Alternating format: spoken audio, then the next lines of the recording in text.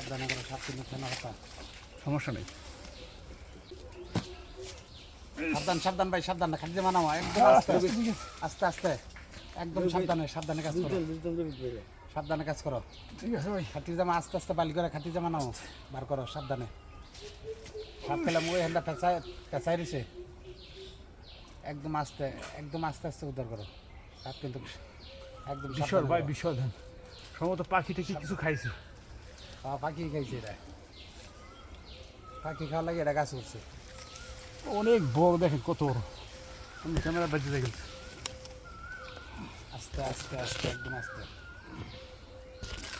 আস্তে আস্তে আস্তে, সাবধান না গাছ ওঠে।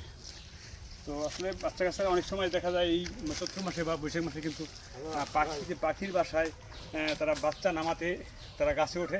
তো সাপের গাছে যদি এরকম কোনো পাখির বাসা দেখা যায় তাহলে সবাইকে আমি সাবধান করবো যে কোনো বাচ্চা কাচ্চারা যদি দুষ্টু পোলাপানটা গাছে না উঠে এরকম পাখি বুঝে গর্তের ভিতরে হাত দিয়া দুর্ঘটনার শিকার না হয়।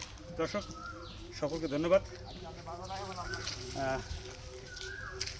এটা কি ফ্যাট এত মোটা কে? এটা গর্তের ভিতরে কোনো পাখি টাকি ছিল, যে কোনো খাবার খেয়েছে, হয়তো পাখি বা ইঁদুর যা কিছু ছিল গাছের গর্তের ভিতরে, ওইটা ও খাইছে, এই জন্য পেট খুব মোটা।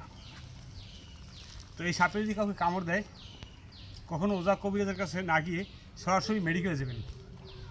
90 মিনিটের ভিতরে ভ্যাকসিন দিতে পারলে দুর্ঘটনা থেকে আমরা রেহাই পাবো। দেখেন সাপটি কতটা ডেঞ্জারাস। এটা স্পেকটিক্যাল কোবরা ইন্ডিয়ান। তো